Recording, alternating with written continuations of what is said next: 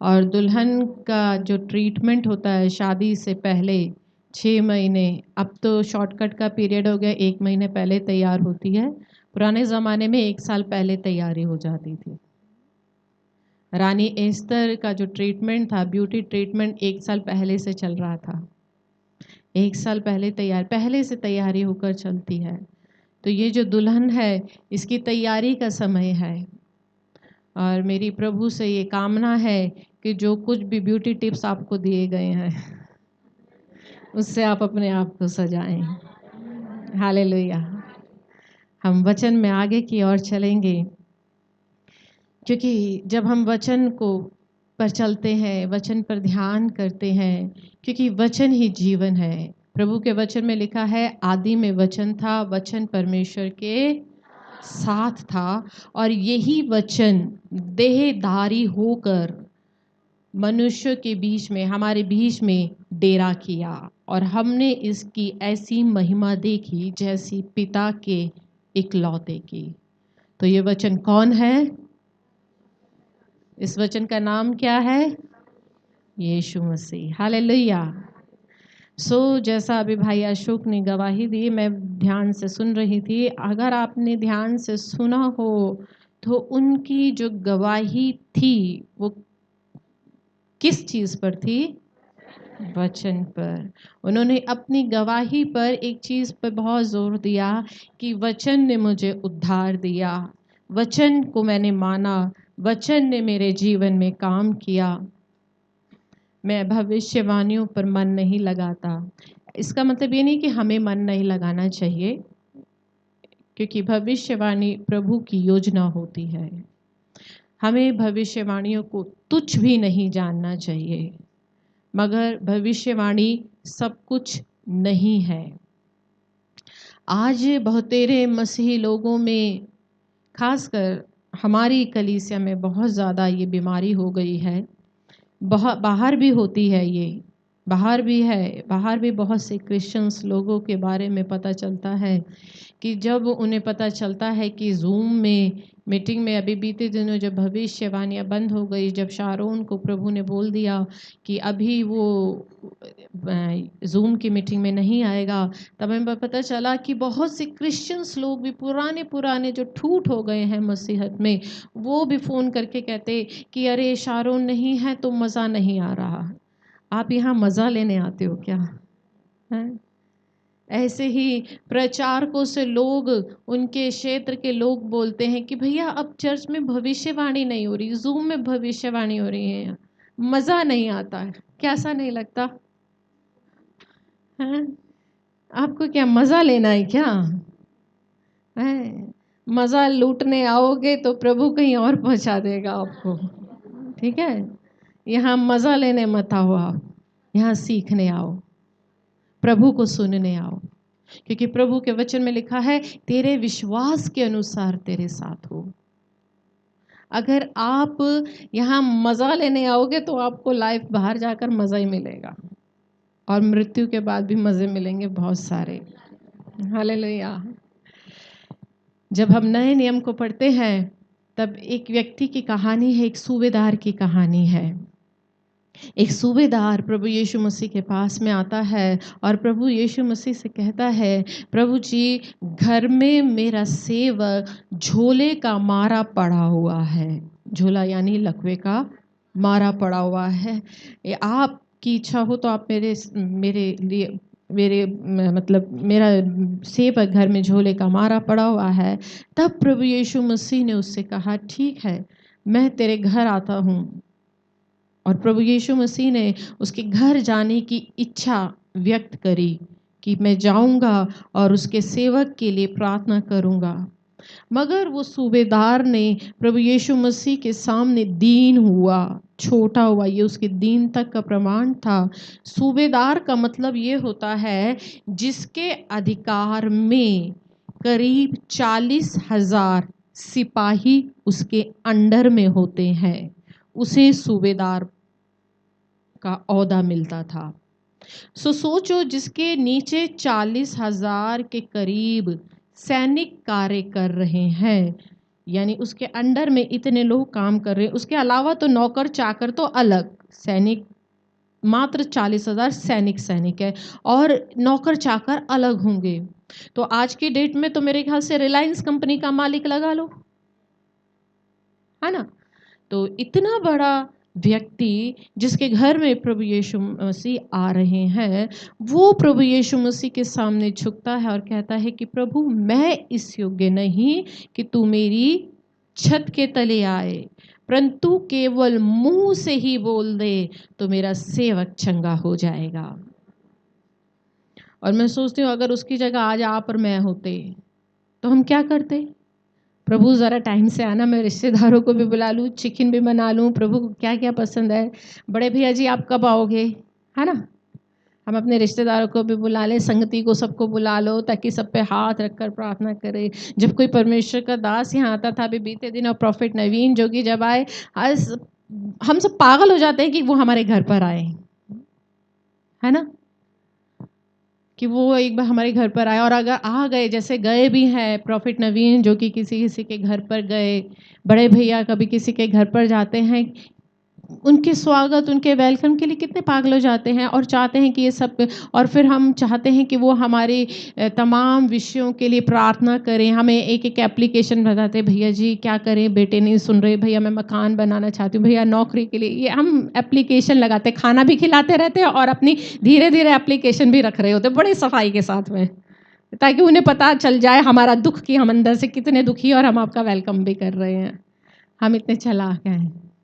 मगर सूबेदार ने क्या कहा, प्रभु जी मैं इस योग्य नहीं हूं कि तू मेरी छत के तले आए। वो उसकी दीनता थी, वो उसकी दीनता थी, वो प्रभु यीशु मसीह के सामने छोटा बन गया, जो वो चाहता है प्रभु। अभी सुबह आपने यही सुना ना, प्रभु क्या चाहता है? छोटा बनना। और उसको वही स्वभाव अच्छा लगता है कि जब हम छोटे बनते हैं। तब प्रभु ने क्या कहा, जा जैसा तेरा विश्वास है वैसा तेरे लिए, और लिखा है उसका सेवक उसी घड़ी चंगा हो गया। उसका विश्वास कैसा था? उसका विश्वास था, प्रभु मैं इस योग्य नहीं हूं कि तू मेरी छत के तले आए, तू तो केवल मुख से ही, तू तो केवल मुंह से ही, क्योंकि उसे पता था यीशु मसीह तेरे वचन में सामर्थ है। उसे पता था कि प्रभु यीशु के वचन में सामर्थ है, क्योंकि यही वो वचन है जिसके द्वारा परमेश्वर ने सारी सृष्टि की रचना करी है। प्रभु यीशु मसीह, जब परमेश्वर ने सृष्टि की रचना करी तब मजदूर नहीं लगाए थे यहाँ, हैं, जेसीबी नहीं चलाई थी यहाँ पर सड़क बनाने के लिए। उसने तो बस मुंह से कहा अंधेरे से उजाला अलग हो तो हो गया। उसने कहा जल एक जगह इकट्ठा हो जाए, पृथ्वी सूखी भूमि अलग हो जाए, और हो गई। परमेश्वर के वचन में सामर्थ है। ये वचन ही था जो देहधारी हुआ और उसका नाम था यीशु मसीह। और वो सूबेदार ही उसी यीशु मसीह से कह रहा है कि मैं इस योग्य नहीं कि तू मेरे छत के तले आए। कितनी अद्भुत बात है। वही वचन जिसके द्वारा सृष्टि की रचना हुई, उसी वचन को वो कह रहा है कि मैं इस योग्य नहीं कि तू मेरे छत के तले आए। क्योंकि उस समय उसका जो ध्यान था, उसका जो कंसंट्रेशन था, वो उस पर्सनालिटी पर नहीं था। उसका वचन उस परमेश्वर की सामर्थ पर था। प्रभु ने अपने वचन में एक जगह कहा है, तुम परमेश्वर की सामर्थ और उसके वचन की सामर्थ को नहीं जानते, इसीलिए भूल में पड़े हो। आज की कलीसियाएं ना परमेश्वर और उसके वचन की सामर्थ को नहीं जानती हैं, इसीलिए भूल में पड़ी हुई हैं। उन्हें नहीं पता कि परमेश्वर का वचन कितना सामर्थी है। वो आज भी सामर्थी है मुर्दों को जीवित करने में। मगर कलीसिया चूंकि भटकी हुई है, आज हमारा जो ध्यान है ना, हम सूबेदार के समान नहीं है। हम हमसे अगर प्रभु यीशु मसीह बोलते कि ठीक है मैं तुम्हारे घर आऊँगा, तो हम फटाफट खाने पीने का इंतज़ाम करते, किस किस को बुलाना है तैयारी करते। आज यही होता है कलीसिया में, है ना? उसने प्रभु यीशु मसीह से ज़्यादा उसके वचन को महत्व दिया है। आज कलीसिया यही भूल कर रही है, प्रभु यीशु कुछ कर दो, प्रभु यीशु मुझे चंगाई दो। क्यों चंगाई दे? उसके वचन में लिखा है मेरे कोड़े खाने से तुम चंगे हो गए। आपको तो बस विश्वास करना है। क्यों यीशु मसीह से चंगाई मांगते हो? प्रभु यीशु मुझे अमीर बना दो, प्रभु यीशु धन की आशीष दो। धन की आशीष क्यों मांगते हो? वचन में लिखा है तुम्हारे लिए मैं कंगाल बन गया ताकि तुम धनवान किए जाओ। वचन को मानो। वचन में लिखा है तुम वचन के अनुसार चलोगे, वचन को धन को बोओगे, धन को काटोगे, तो वचन के अनुसार चलो। आज भी लोग चंगाई मांगते हैं कि प्रभु आप कुछ कर नहीं रहे। प्रभु क्यों नहीं कर रहा? प्रभु तो अपने वचन से बंधा हुआ है। भजन संहिता 148 में लिखा है उसने अपने बड़े नाम से अधिक अपने वचन को महत्व दिया है। अपने नाम से अधिक महत्व परमेश्वर ने किसको दिया है? वो परमेश्वर जो अपने नाम से अधिक महत्व अपने वचन को दे रहा है। और कलीसिया और उसकी आराधक कैसे है? वचन को तो साइड में कर दिया है। आज कलीसिया के जीवन में वचन नहीं है। आज जो हमारा आधार बन गया है, ना तो हम प्रभु पे विश्वास करते, ना हम परमेश्वर पे विश्वास करते। आज मुझे बहुत अफसोस के साथ कहना पड़ रहा है, हमारी कलीसिया का विश्वास भविष्यवाणियों पर जा रहा है। आज वो उम्मीद करती हैं कि हमारे लिए भविष्यवाणी हो। घर से जब आते हैं कलीसिया में लोग, तो कई बार मानसी भी उनके बारे में बताती कि आज आप प्रार्थना करके आए हो, आप उपवास करके आए हो, कि कई दिन से आप प्रार्थना कर रहे थे कि मेरे लिए भविष्यवाणी हो। आप ये क्यों नहीं प्रार्थना कर रहे थे कि प्रभु मैं तेरे वचन पर चलूं? आप ये क्यों प्रार्थना करके आए हो कि प्रभु मेरे लिए भविष्यवाणी हो जाए? भविष्यवाणी हो जाएगी तो क्या स्वर्ग खुल जाएगा? आप अपने क्षेत्र के प्रचारक से आज आप उम्मीद करते हो कि कोई तो भविष्यवक्ता ले आओ हमारे क्षेत्र में। क्या हो जाएगा भविष्यवक्ता आने से? उद्धार आ जाएगा? चंगाई आ जाएगी? क्या हो जाएगा? प्रभु का वचन आपके घर में है, आप उसको खोलकर पढ़ते नहीं हो। आपकी सारी गरीबी, सारी कंगाली, सारी बीमारी, सारे श्राप का उत्तर इस वचन में है, जिसे कभी खोलकर पढ़ने की तकलीफ हम करते नहीं हैं। आज हम उपवास करते हैं अभिषेक पाने के लिए।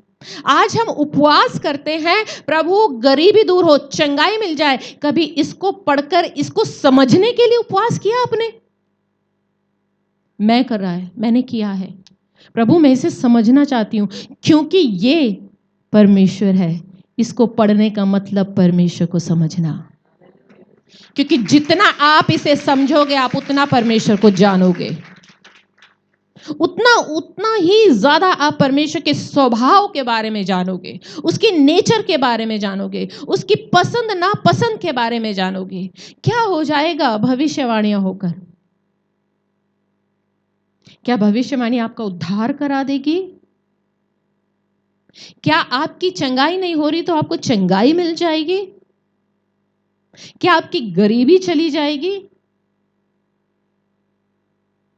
मेरे जीवन में भी भविष्यवाणी हुई है।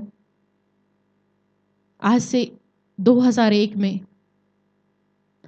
जब मैं बालाघाट में थी, तब परमेश्वर के एक भविष्यवक्ता बालाघाट के पावर सेमिनार में आए थे। उन्होंने मेरे लिए भविष्यवाणी करी थी। उन्होंने कहा था कि परमेश्वर आपसे सेवा लेगा और एक ऐसा आश्रम, जैसा ये आश्रम है, ऐसा आश्रम आपसे चलवाएगा। आपका अपना एक ऐसा आश्रम होगा जहां पर आप प्रचारकों को ट्रेन करोगे, और आपके आश्रम में बाहर विदेश से प्रचारक आया करेंगे ट्रेनिंग लेने के लिए। आज तक पूरी नहीं हुई, दूर तक आश्रम का आ भी नहीं है, है? क्या भविष्यवाणी ने क्या कर दिया? आश्रम खुल गया मेरा। भविष्यवाणियां, वचन कहता है कुरिन्थियों की किताब में, भविष्यवाणियां अधूरी हैं जब तक उनके साथ में वचन ना हो। मेरे लिए एक परमेश्वर के और दास थे, पास्टर राजू फिलिक्स, वो हमारे घर पर आए थे, घर पे रुके थे, पूरी रात हमने उनके साथ जागकर प्रार्थना करी थी। तब उन्होंने हमारी कलीसिया के बारे में उस समय जितनी भी भविष्यवाणियां करी थी वो आज लगभग सारी पूरी हो गई। इस कलीसिया में 10 प्रचारक होंगे, ये उन्होंने 2001 में बोला था। हमारी कलीसिया में 10 प्रचारक हो गए। ये कलीसिया जगह ढूंढेगी, ये इतनी बड़ी कलीसिया होगी प्रोग्राम करने के लिए, सभाएं करने के लिए, इससे जगह नहीं मिला करेगी। उनकी वो भविष्यवाणी पूरी हो गई। उन्होंने कितनी भविष्यवाणी करी, सब पूरी हुई, मगर जो उन्होंने मेरे लिए करी अभी तक दूर तक देखती हूं मैं।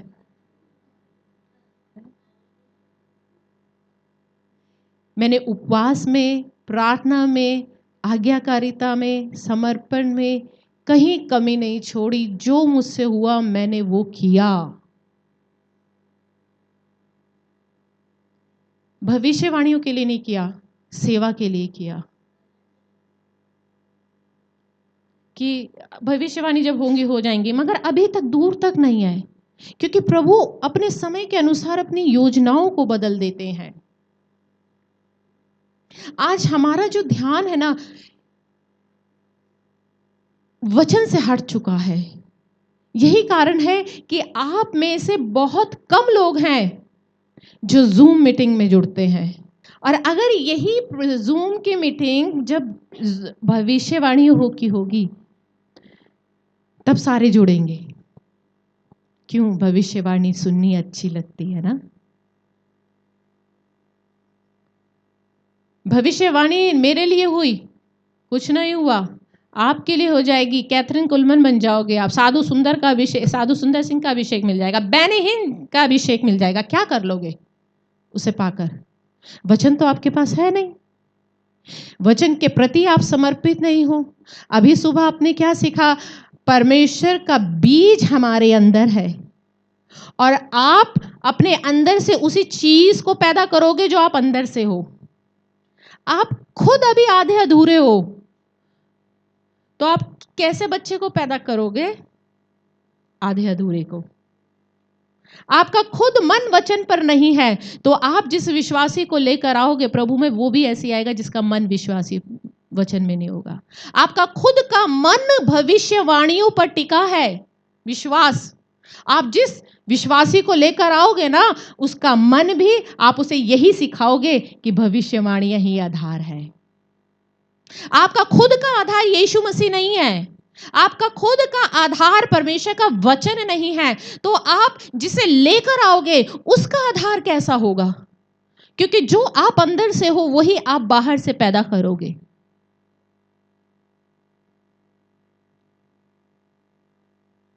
आपका बहुत जरूरी है कि आपका नींव मजबूत होनी जरूरी है, क्योंकि अगर आपका आधार वचन रहेगा तो आप जिस विश्वासी को लाओगे ना, आप उसको भी यही सिखाओगे कि आधार वचन पर रख, भविष्यवाणी पर नहीं। भविष्यवाणी परमेश्वर का वो वरदान है, वो स्वभाव है जो वो कलीसिया में बहाता है, मगर भविष्यवाणी परमेश्वर नहीं है। भविष्यवाणी आपका उद्धार नहीं करा सकती। कि आप सोचो मेरे लिए भविष्यवाणी हो गई, ठीक है चलो हो गई, आप कैथरीन कुलमन बन गए, आपका घर दो मंजिल तैयार हो गया, आने वाले दिनों में आपकी गरीबी चली जाएगी, आपके बच्चे सुधर जाएंगे। यदि हम इसी जीवन में मसीह यीशु से आशा रखते हैं तो हम सबसे अधिक अभागे हैं। बन गया आपका मकान, हो गई बच्चों की शादी, तो क्या ये उद्धार का कारण बन जाएगा? नहीं बनेगा। आज हमारे अंदर वचन लोप होता जा रहा है, ये समझो मिटता सा जा रहा है। जैसे इस ब्लैक बोर्ड में मैंने पिछला जो मिटाया ना, वो धुंधला सा दिखाई दे रहा है। आज ये हालत आपके जीवन में वचन की हो गई, धुंधला हो चुका है वचन। हम कलीसिया में भविष्यवाणी को ढूंढते हैं, जूम मीटिंग में भविष्यवाणी को ढूंढते हैं, घर से आते हैं, प्रार्थना करते हैं, प्रभु आज तो तुम मुझसे बात करना। वो क्यों बात करेगा? वो तो घर में होता है इस रूप में बात करने के लिए। आप ही टाइम नहीं निकालते हो बात करने के लिए, तो आप ही को नहीं पता प्रभु के वचन में आपकी परिस्थिति के लिए क्या लिखा है।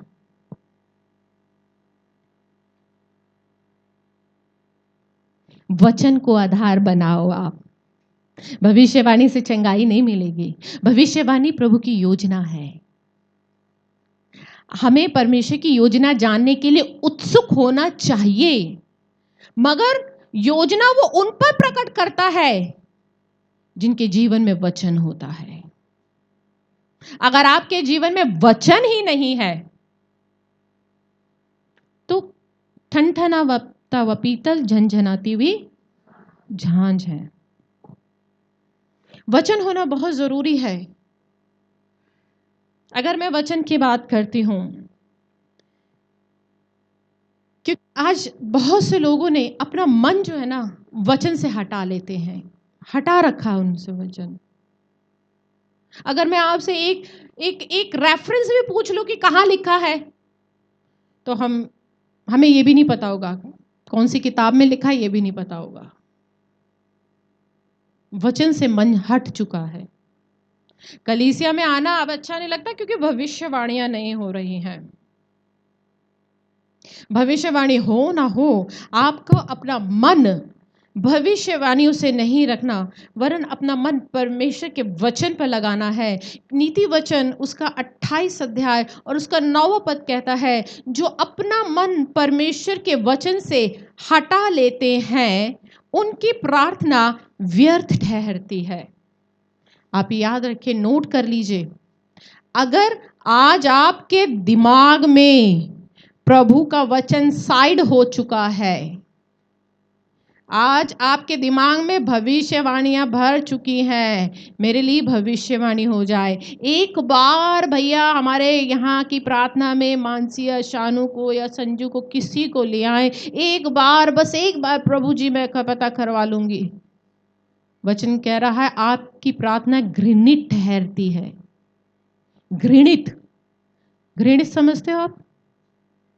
जिससे प्रभु नफरत करता है, घृणा, नफरत की जाती है।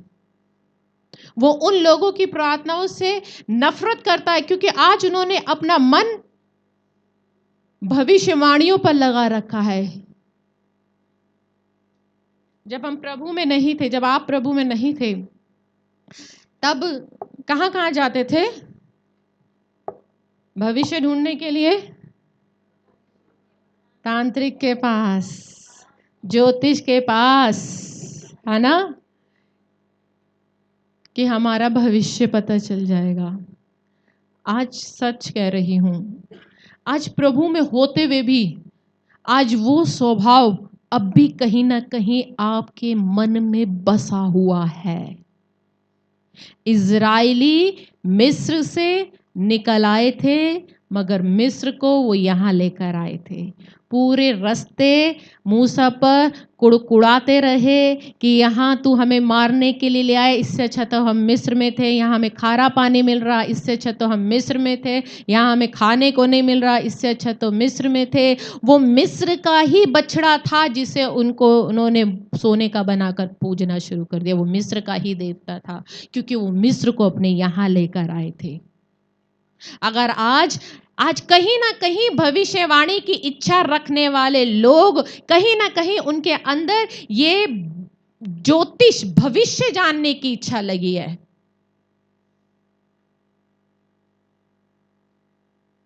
मेरा भविष्य क्या है?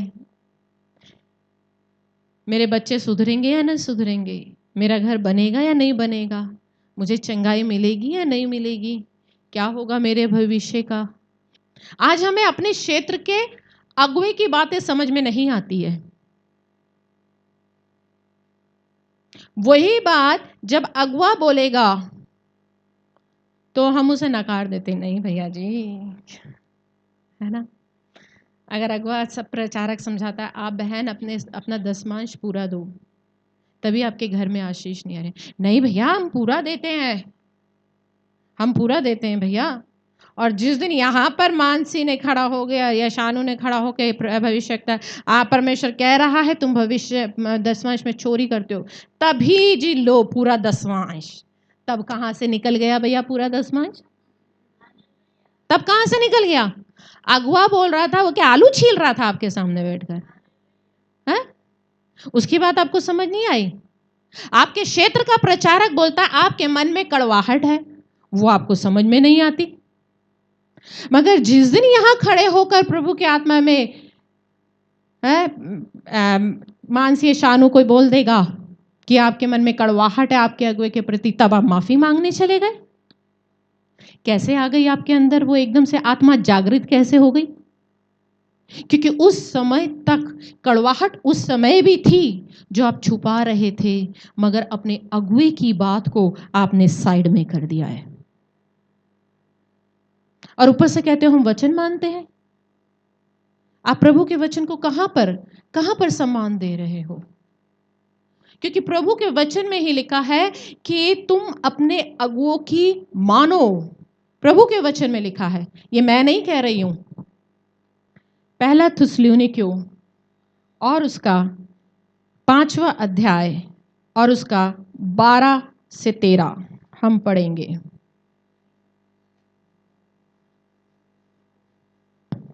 हे भाइयों, हम तुमसे विनती करते हैं कि जो तुम में परिश्रम करते हैं और प्रभु में तुम्हारे अगुवे हैं, उन्हें और तुम्हें शिक्षा देते हैं, उनका सम्मान करो और उनके काम के कारण प्रेम के साथ उनको बहुत ही आदर के योग्य समझो। बस वचन कह रहा है जो तुम्हें शिक्षा देते हैं उनकी मानो।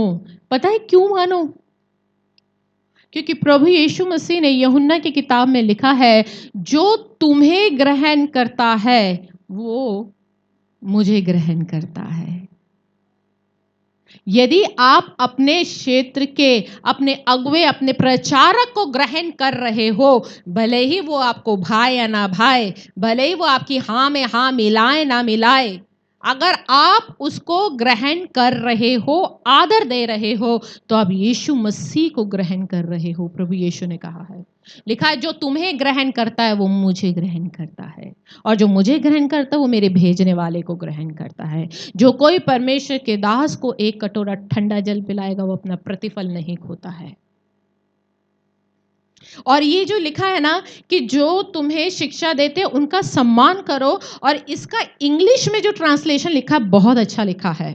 उसमें लिखा है, इंग्लिश में लिखा है highly esteem in love and respect, मतलब प्रेम और आदर में बहुत ज्यादा हाईली एस्टीम, बहुत ही ज्यादा प्रेम और आदर बढ़ कर दो।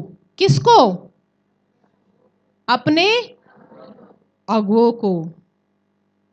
मगर आज हमारी कलीसिया उन्हीं अगुओं को, उन्हीं प्रचारकों को जो रात दिन आपके क्षेत्र में आपके लिए, आपके यहाँ वचन की सेवा देने के लिए जा रहे हैं, आप रात बेरात आपको तकलीफ होती है, आपको बीमारी होती है, आप उन्हीं को फोन करते हो और आप उन्हीं की बात को साइड कर देते हो। ये आदर है? ये प्रेम है? ये वचन के अनुसार तो नहीं हुआ। ये तो वो वाला प्रेम हुआ ना जो संसार के लोग करते हैं। ये वो वाला प्रेम नहीं है अगापे प्रेम जो यीशु मसीह ने बोला है। ये तो वो प्रेम हुआ स्वार्थी प्रेम, कि अगर आप अपने अगुवे का आदर कर रहे हैं, रिस्पेक्ट कर रहे हैं, तो आप अपने स्वार्थ के चलते कर रहे हैं। आप इसलिए नहीं कर रहे कि वो मुझ पर ठहराया गया है, मुझे इसका आदर करना है। प्रभु के वचन में लिखा है उसको अगुओं की मानो और उसको रिस्पेक्ट दो।